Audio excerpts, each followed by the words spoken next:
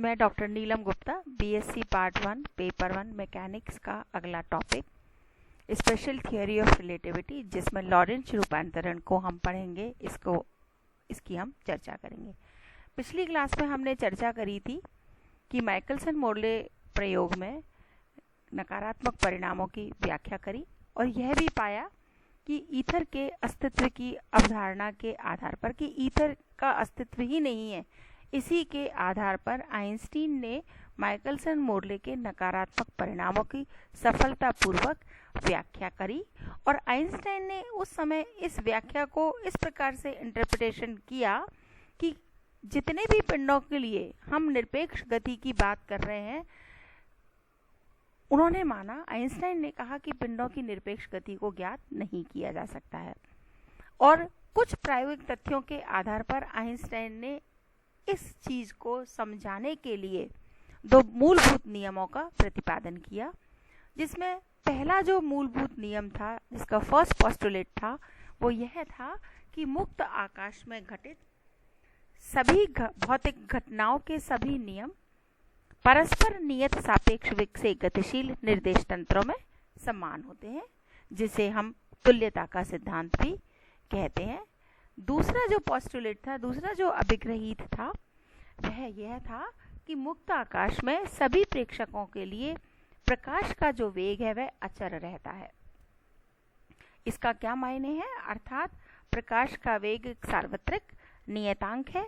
यह वेग ना तो दिशा पर निर्भर करता है और ना ही प्रकाश स्रोत एवं प्रेक्षक की गति पर निर्भर करता है। यह अभिग्रहित जो है, जो दूसरा अभिग्रहित है, वह आकाश और समय संबंधित चिरसम्मत धारणाओं के पूर्णतया विपरीत है।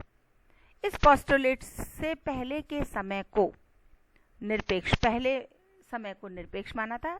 जब तक द्वितीय अभिग्रहित नहीं प्रतिपादित किया था, उस समय तक तत्कालीन वैज्ञानिक यही मानते थे कि समय जो है, टाइम जो है, वह एक निरपेक्ष राशि है। यह विश्वास भी किया जाता था कि समय में परिवर्तन प्रेक्षक की गति पर निर्भर नहीं होता है, परंतु इस अभिग्रहित के बाद यह माना गया कि एक समान आपेक्षिक वेग से गतिशील सभी प्रेक्षकों के लिए प्रकाश का वेग नियत माना जाता है। और आइंस्टाइन ने यह भी निष्कर्ष निकाला कि जो घटनाएं किसी एक प्रेक्षक के लिए समकालीन हैं, उनका दूसरे प्रेक्षक के लिए समकालीन होना आवश्यक नहीं है। अर्थात तत्कालीन समय में समकालीनता संबंधित विचार भी आपेक्षित माने कि यह विचार भी आपेक्ष हैं, सापेक्ष हैं, रिलेटिव हैं। इसे ही समकालीनता का आपेक्षिक सिद्धांत कहा गया, थियरी ऑफ रिलेटिविटी ऑफ साइमल्टेनिटी कहा गया। आपेक्षिकता के इस विशिष्ट सिद्धांत के दोनों अभिग्रहितों के अनुरूप एक समान आपेक्षिक वेग से गतिशील निर्देश तंत्रों में परस्पर संबंध व्यक्त करने वाले समीकरणों को सबसे पहले वैज्ञानिक लॉरेंज ने प्राप्त किया था, इसलिए उनका नाम दे दिया गया लॉरेंज रूपांतरण। लॉरेंज रूपांतरण को समझने के लिए हमने कंसीडर किया कि मान लो हमारे पास दो निर्देश तंत्र है, जैसा कि मैंने इस चित्र में आपको प्रदर्शित किया है। एक निर्देश तंत्र को एस निर्देश तंत्र कहा, जिसकी 3 अक्ष है, एक्स अक्ष, वाई अक्ष और जेड अक्ष। दूसरा निर्देश तंत्र एस डैश निर्देश तंत्र से हमने प्रदर्शित किया है, उसकी भी 3 एक्सेसेस हैं, एक्स डैश, वाई डैश और जेड डैश। जैसा आप चित्र में देख पा रहे हैं, एस डैश निर्देश तंत्र एस निर्देश तंत्र के सापेक्ष नियत वेग v से धनात्मक x अक्ष के अनुदिश इस प्रकार से गति करती है कि उसकी y डैश अक्ष y अक्ष के, z डैश अक्ष z अक्ष के और x डैश अक्ष x अक्ष के समानांतर है। हमने कंसीडर किया कि प्रारंभ में जब समय t बराबर 0 था या t बराबर t डैश बराबर 0 था, चूंकि हमने s और s डैश निर्देश तंत्र में एक कण की स्थिति को बिंदु P से प्रदर्शित किया है, S निर्देश तंत्र में उसके निर्देशांक x, y, z और समय निर्देशांक t है, तथा S डैश निर्देश तंत्र में उसी बिंदु के निर्देशांक x dash, y dash, z dash और समय t डैश से प्रदर्शित किए हैं। जब समय t बराबर t डैश बराबर 0 था, अर्थात प्रारंभिक समय पर दोनों निर्देश तंत्रों के मूल बिंदु O और O डैश एक ही दूसरे के साथ संपातित थे, जैसा कि हम इस चित्र में देख पा रहे हैं। यहाँ हमने कंसीडर किया कि यदि कोई भी घटना होती है तो उस घटना को ऑब्जर्व करने के लिए हमारे पास दो ऑब्जर्वर हैं, दो प्रेक्षक हैं। एक प्रेक्षक एस निर्देश तंत्र का है, दूसरा प्रेक्षक एस डैश निर्देश तंत्र पर है। चूंकि हमारे प्रारंभिक समय में दोनों निर्देश तंत्रों के मूल बिंदु संपातित हैं, अर्थात उन दोनों के प्रेक्षक भी संपातित हैं। दोनों प्रेक्षकों की स्थिति को हमने मान लिया कि मानो दोनों प्रेक्षक हमारे दोनों निर्देश तंत्रों के मूल बिंदु पर स्थित है। अब हमने कंसीडर किया कि यदि मान लो हम कल्पना करते हैं कि इस बिंदु पर जब दोनों निर्देश तंत्रों के मूल बिंदु एक दूसरे के साथ कोइंसाइड कर रहे हैं, हमने एक प्रकाश की दीप्त को उत्सर्जित किया। जब हमने एक फ्लैशलाइट को उत्सर्जित किया, एक फ्लैशलाइट को जलाया, तो हम क्या ऑब्जर्व करते हैं? चूंकि प्रकाश जो है वो एक गोलीय तरंगाग्र के रूप में आगे फैलता है, जैसा कि हमने इसको इस चित्र में प्रदर्शित किया है कि प्रकाश जो है वो इस प्रकार एक गोलीय तरंगाग्र के रूप में आगे बढ़ रहा है। हमने आइंस्टीन के द्वितीय अभिग्रहित के आधार पर यह माना था कि प्रकाश का वेग सभी दिशाओं में एक समान रहता है, अर्थात प्रकाश c वेग से गतिशील है। अब हमने कंसीडर किया कि जब हमारा टाइम t समय के पश्चात यदि मैं दोनों निर्देश तंत्रों की स्थिति को ऑब्जर्व करना चाहूं तो इस प्रकार की मुझे स्थिति दिखाई देगी। जब प्रकाश दीप्त को उत्सर्जित करने के t समय के पश्चात एक ऑब्जर्वर मेरा O बिंदु पर है जो S निर्देश तंत्र का है, दूसरा ऑब्जर्वर O डैश मूल बिंदु पर है जो S डैश निर्देश तंत्र का है। S डैश निर्देश तंत्र S निर्देश तंत्र के सापेक्ष विनियत वेग से धनात्मक x अक्ष के अनुदिश गतिशील है। अब हमने कंसीडर किया कि जो गोलीय तरंगाग्र O बिंदु पर जब हमारा फ्लैशलाइट हमने एमर्ज आउट करी थी, तब प्रेक्षक ने t समय पर O बिंदु से P बिंदु तक पहुंचने में जो समय लगा t, उसको यदि हम ऑब्जर्व करना चाहें, उसको यदि हम कैलकुलेट करना चाहें तो हम कर सकते हैं। t बराबर समय बराबर दूरी कितनी है? OP। प्रकाश का वेग कितना है? c। तो मैंने इसको लिखा समय t पर प्रेक्षक O द्वारा S निर्देश तंत्र में गोलीय तरंगाग्र को P बिंदु तक पहुंचने में लगने वाला समय t बराबर x square plus Y square plus Z square to the power half upon c, क्योंकि वेक्टर OP स्थिति सदिश हमारे पास क्या है? xi प्लस yj प्लस zk। डिस्टेंस क्या हो गई? x square plus Y square plus Z square to the power half. दोनों तरफ से स्क्वायर किया, टर्म्स को रीअरेंज किया, इक्वेशन हमें क्या मिल गई? X square plus Y square plus Z square minus C square T square is equal to 0। इसको हमने इक्वेशन नंबर 1 से प्रदर्शित कर दिया।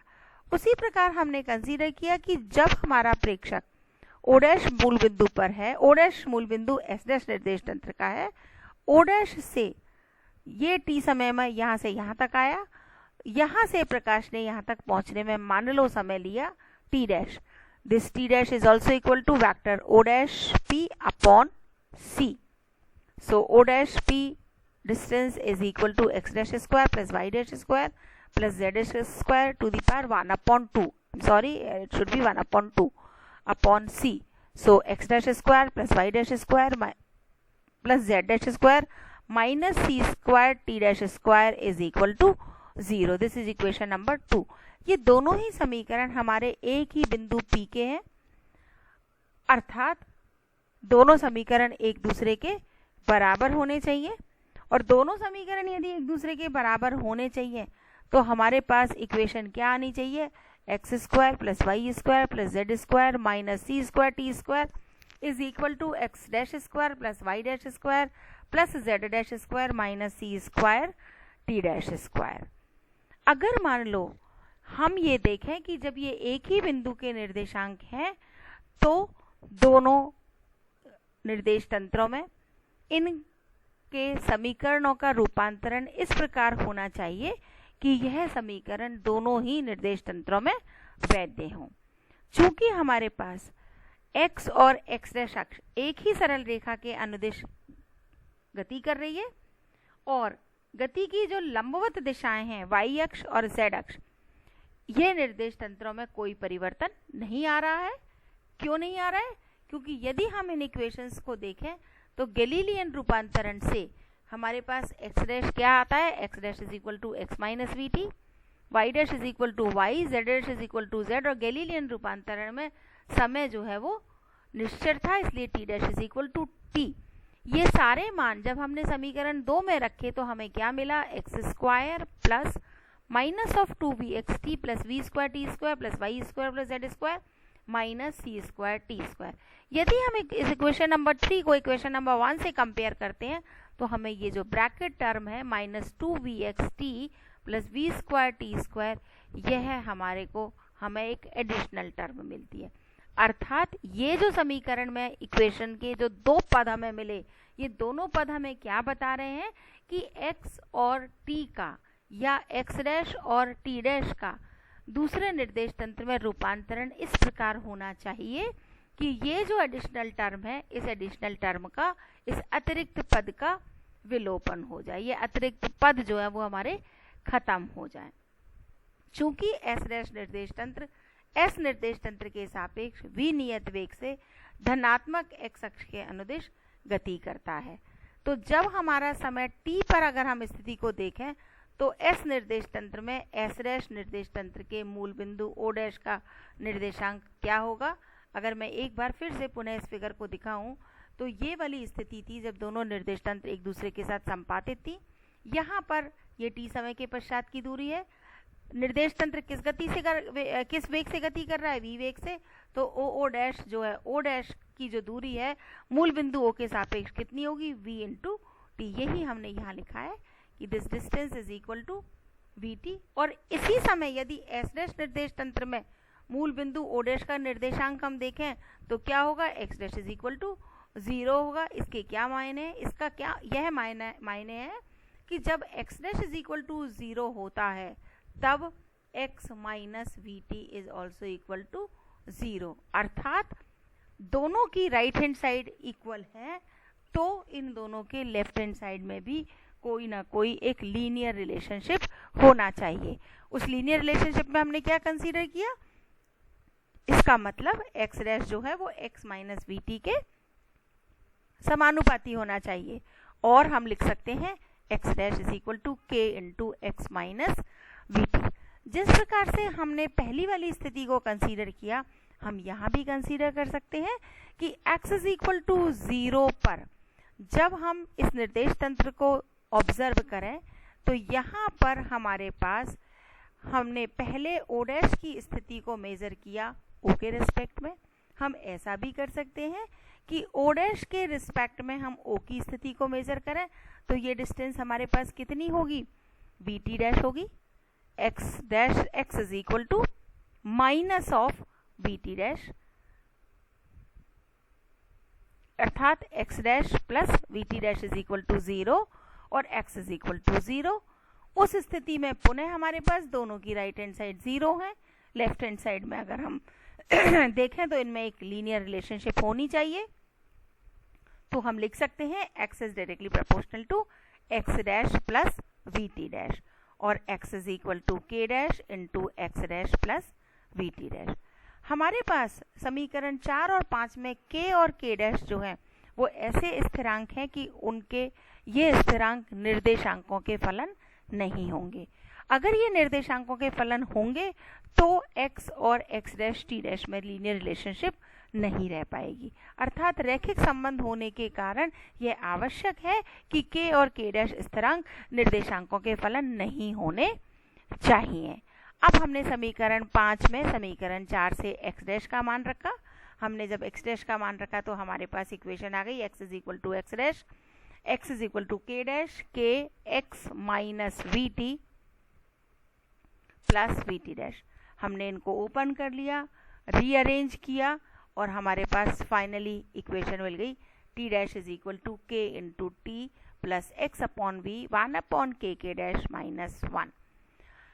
इसी तरह से समीकरण 3a में हमने समीकरण 4 व 6 से कौन सी 3a थी, x square plus Y square plus Z square minus C square T square is equal to x dash square plus y dash square plus z dash square minus C square t dash square. चूंकि y dash और y बराबर थे, Z dash Z के बराबर थे, तो हमारे पास समीकरण क्या बचा था, x square minus C square T square is equal to x dash square minus C square t dash square.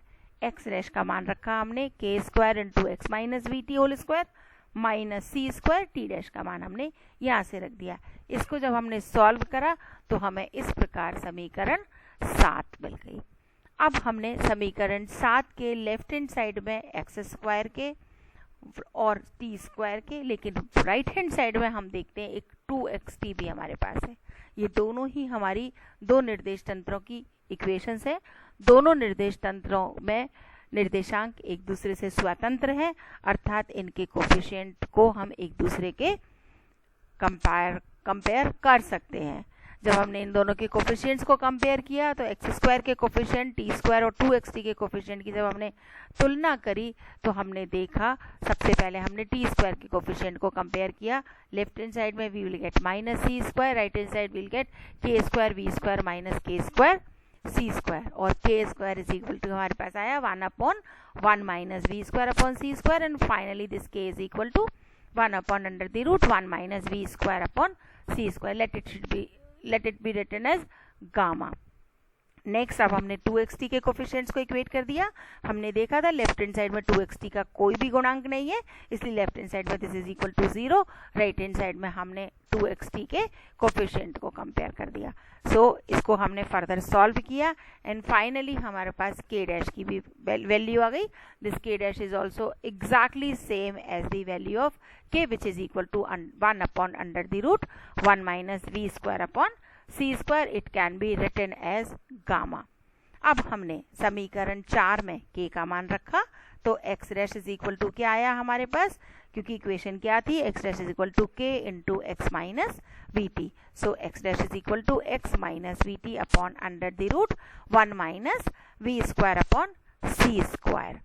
अब हमारे पास हमने समीकरण 6 में के और के डैश दोनों के मान रखे, तो टी डैश का मान आ गया हमारे पास t minus x v upon c square √1 minus v square upon c square. चूंकि निर्देश तंत्र एस निर्देश तंत्र के सापेक्ष v नियत वेग से धनात्मक x अक्ष के अनुदिश गतिशील थी, अर्थात उसकी लंबवत दिशाओं में अर्थात y अक्ष और z अक्ष के निर्देशांकों में कोई परिवर्तन नहीं आया, इसलिए y dash is equal to y और z dash is equal to z। तो हम यहाँ देख सकते हैं कि हमारा जो समीकरण 10 है वो क्या है, x dash is equal to x minus v t upon √1 minus v square upon c square. It can be represented as x dash is equal to gamma into x minus vt.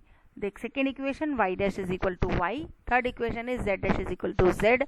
Or the fourth equation is t dash is equal to gamma into t minus xv upon c square. ये चारों समीकरण 10, 11, 12 और 12 की जो दोनों equation है उसको मैंने एक ही इक्वेशन से रिप्रेजेंट कर दिया। So all these 3 equations, equation number 10, 11 and 12 are considered as Lorentz transformation equation. इनको हम लॉरेंज रूपांतरण समीकरण कहते हैं। अगली क्लास में हम कंसीडर करेंगे कि इनवर्स लॉरेंज ट्रांसफॉर्मेशन इक्वेशंस क्या होती है और वेलोसिटी की ट्रांसफॉर्मेशन इक्वेशंस क्या होती हैं। So thanks for today.